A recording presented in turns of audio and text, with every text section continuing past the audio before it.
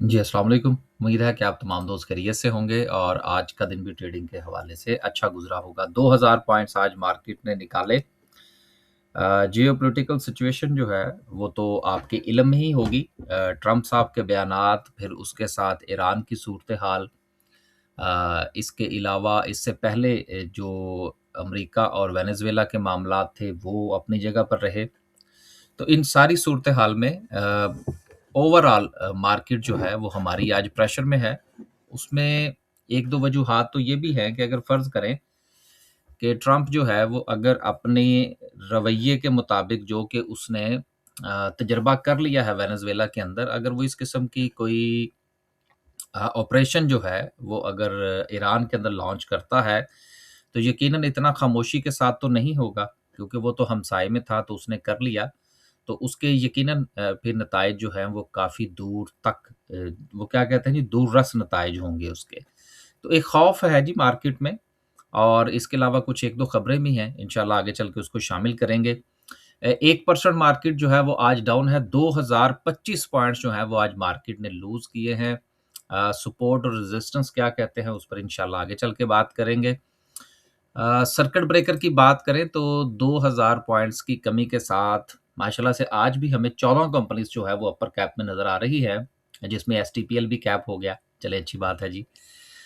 इसके साथ निशात चूनिया है, निशात पावर है, उसके साथ ईकॉप है। मिला-जुला सा रुझान है, डिफरेंट सेक्टर्स की डिफरेंट कंपनीज़ हैं। लेकिन कोई काबिल-ज़िक्र कंपनी जिसको हम लोग फंडामेंटली स्ट्रॉन्ग कहते हैं, क्योंकि इन शेयर्स के हवाले से तो लोगों की अपनी राय है ना, जिस तरह से एसटीपीएल कैप हो गया या बाकी कुछ 1-2 एफसीएससी कैप हो गया, तो लोग इनके कैप होने से ज़्यादा खुश नहीं होते, क्योंकि लोगों की अपनी-अपनी खुशी होती है ना, हर बंदा यही चाहता है कि जी मेरा शेयर सिर्फ़ कैप हो, बाकी दुनिया के शेयर्स जो हैं वो चलें या ना चलें। तो ये ऐसा नहीं होता जी, मार्केट जो है वो आपकी मर्ज़ी के मुताबिक नहीं चलती। डायनामिक्स हैं। तो चलें जी, जिनके पास है वो ज़रूर प्रॉफ़िट टेकिंग फ़रमाइए। 14 कंपनीज़ जो हैं वो आज अपर कैप में हैं। लोअर कैप की बात करें तो कोई कंपनी जो है वो लोअर कैप के अंदर हमें नज़र नहीं आ रही। ओवरऑल मार्केट जो है वो आप तमाम के तमाम सेक्टर्स जो हैं वो आज प्रॉफ़िट टेकिंग का शिकार रहे। लेकिन सबसे ज़्यादा जिसने हिस्सा डाला वो कमर्शियल बैंक्स हैं।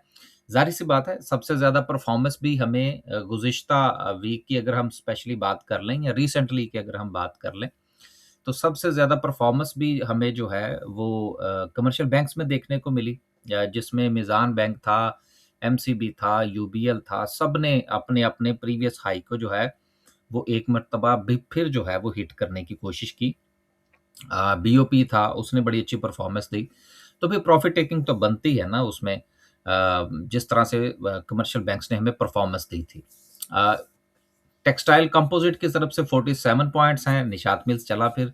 जो चीज़ें सपोर्ट पर होती हैं, वहाँ पर यकीनन रिस्क लेना बनता है और वहीं से फ़ायदा ये होता है कि आपका जो रिस्क है वो बड़ा इसके साथ रियल एस्टेट ने कोई ख़ास पॉइंट्स ऐड नहीं किए, देन पूरी मार्केट का सेंटिमेंट जो है वो हमें नेगेटिव नज़र आ रहा है। ऑटो की तरफ से भी सिचुएशन जो थी वो अच्छी थी, सेज़ियो ने बड़ा अच्छा परफ़ॉर्म किया था लास्ट वीक। अब उसमें जो है वो हमें प्रॉफ़िट टेकिंग देखने को मिल रही है। अभी तक जो है वो सिलसिला कंटिन्यू किए हुए है, कुछ जो है वो मार्केट की हाई के हवाले से भी प्रॉफ़िट टेकिंग बनती थी।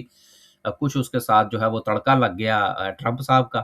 तो अब सिलसिला जो है वो मुसलसल जो है वो प्रॉफ़िट टेकिंग की तरफ चल रहा है। अभी एक सर्टेन लेवल से नीचे जब तक मार्केट नहीं जाती, मार्केट के ट्रेंड के हवाले से जो है वो कोई बात नहीं की जा सकती। वो इंशाल्लाह कैंडलस्टिक पर चलेंगे तो उसको डिस्कस करने की कोशिश करेंगे।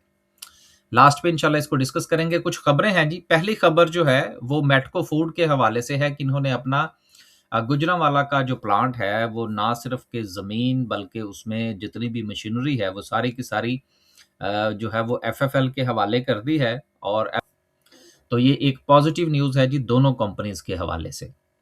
अगली खबर जो है वो बिजली के टैरिफ के हवाले से है, जिसमें हुकूमत जो है उसने रिलीफ़ की बात की है। अब ये रिलीफ़ जो इंडस्ट्रियल सेक्टर और के हवाले से जो बात हो रही है, तो इसमें दीगर मुख्तलिफ सेक्टर्स जो हैं उनके ऊपर इसका मुख्तलिफ अंदाज़ में इम्पैक्ट आएगा और ये आजकल जो हम ये देख रहे हैं कि हमारा स्टील सेक्टर जो है उसमें छोटी कंपनीज़ जो हैं ख़ास तौर पर वो हमें बड़ा परफ़ॉर्म करती हुई नज़र आ रही है, तो उसमें भी जो इम्पैक्ट है टैरिफ का वो आएगा।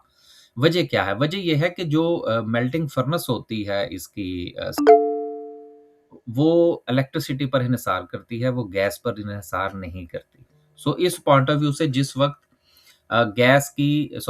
बिजली की कीमतों की कमी का जब असर आएगा, तो फिर यकीनन उनकी जो कॉस्ट ऑफ बिज़नेस है, उनका वो बेहतर होगा, जिससे स्टील सेक्टर की प्रॉफ़िटेबिलिटी में इज़ाफ़ा होने के चांसेज़ हैं।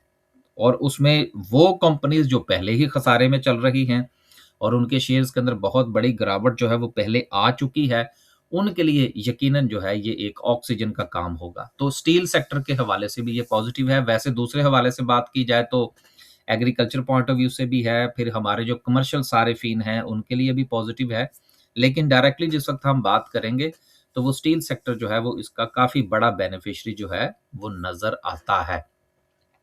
अगली खबर जो है वो गोल्ड और सिल्वर की प्राइसेस के हवाले से है कि दुनिया भर में दोनों की जो कीमतें हैं वो स्काई रॉकेट हैं। वजह क्या है? वजह ये है कि जब भी कभी जियोपॉलिटिकल सिचुएशन खराब होती है, जंग के मामलात होते हैं, अमनो-आमा के मामलात खराब होते हैं, तो इन तमाम बुरे हालात के अंदर जो चीज़ सबसे बेहतर सेफ हेवन समझी जाती है, वो मेटल्स होती हैं और मेटल में भी फिर सोना और चांदी दोनों जो हैं, वो कंसीडर होते हैं इस पॉइंट ऑफ व्यू से कि अगर हालात मज़ीद ख़राब होते हैं, तो ये एक ऐसा इंस्ट्रूमेंट है जो कि आपको ना सिर्फ़ कि इन्फ्लेशन से भी बचाएगा, बल्कि आपके जो आने वाले वक़्त के जो मामलात अगर ख़राब होते हैं, तो उसमें भी ये आपको बेनिफिट देगा, इसके क्रैश होने के चांसेस नहीं होते।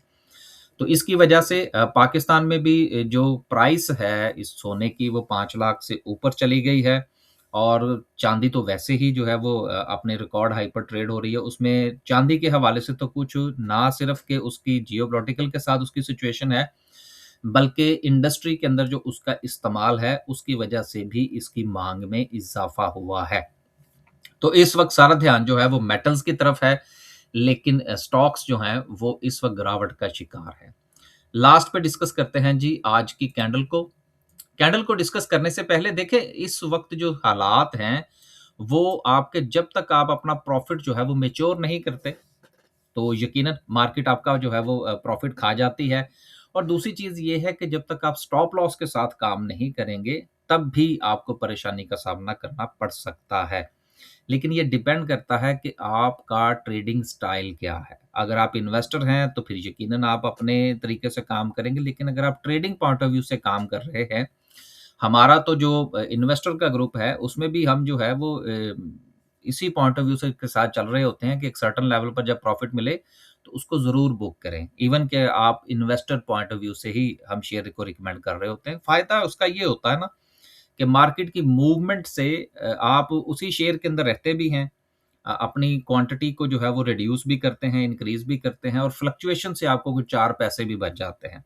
तो उसका ये फ़ायदा होता है कि अगर आप उसको लेके बैठे रहेंगे, तो जब अब मार्केट ने जो है वो कुछ पॉइंट्स निकाले हैं, तो फिर लोग पैनिक हो जाते हैं। लेकिन अगर आपने प्रॉफ़िट टेकिंग कर रखी हो एक सर्टेन लेवल पर, तो फिर उसका फ़ायदा ये होता है कि बंदा पैनिक नहीं होता। बाकी माशाल्लाह से आप जो है वो बेहतर समझते हैं कि आपने किस तरह से ट्रेड करना है और इन्वेस्ट करना है। आगे चलते हैं जी, बात करते हैं जो हमने फ्राइडे वाले दिन गुज़ारिश की थी वो ये थी कि मार्केट के पास एक सपोर्ट थी जो कि 184,000 का ज़ोन बनता था।